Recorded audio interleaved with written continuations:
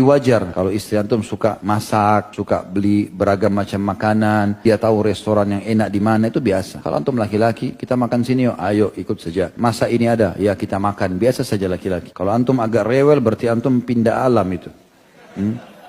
Ada dihidangkan, bismillah, ayo. Tidak sempat masak, sudahlah, beli saja. Mudahkan. Tidak usah persulit. Karena itu memang tak masuk dalam nafkah. Kata sebagian ulama hadis, berarti memang wanita itu suka dengan kuliner. Makanan, minuman, pakaian, itulah yang Allah suruh kita wajib berikan. Sama juga dengan pakaian. Baru beli baju lagi. Tidak apa-apa, belikan aja. Tidak ada masalah. Biar raknya sudah mau rubuh, tidak apa-apa. Ada diskon dibeli, ya bismillah. Kalau kita masih ada uang, beli saja. Dan kita berpikir teman-teman sebagai laki-laki, orang ini amanah dari Allah. Allah yang menyuruh kita kasih dia makan, kasih dia minum, lindungi dia, antar ke tempat tujuannya, izinkan, safar bersamanya, didik, kemudian apa saja kebutuhan itu semua kita diperintahkan oleh Allah SWT. Jadi tidak usah lihat dia, kita lihat bagaimana perintah Allah SWT pada kita. Tugas hanya sampai ajal.